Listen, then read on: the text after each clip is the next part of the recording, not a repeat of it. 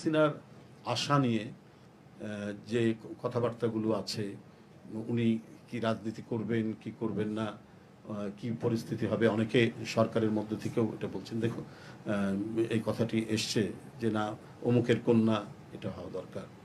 কিন্তু ফয়াজ কি বলে, আবু সাইদকে হত্যার পর প্রথমে কিন্তু তাকে সন্ত্রাসী হিসাবে, বিশৃঙ্খলাকারী হিসাবে, আজকে এই যে মেয়েটি উর্মি, এটা না, এটা শেখ হাসিনা নিজে বলেছে।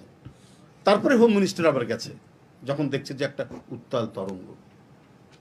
তিনি একটি দেশ, পার্শ্ববর্তী দেশ ছাড়া আর কোথাও মানে জায়গা পাননি। দেখুন, ঊনবিংশ শতাব্দীতে কার্ল মার্কসকে জায়গা দিয়েছে ইংল্যান্ড। ক্যাপিটালিজমের সবচেয়ে বড় শত্রু যাকে মনে করত, সেই কার্ল মার্কস যেখানে সমর্থন পেয়েছে, শেখ হাসিনা সেই জায়গায় আশ্রয় পাচ্ছে না, অন্যান্য ওয়েস্টার্ন কান্ট্রিতে পাচ্ছে না। তাহলে তার যে ঘটনাটা,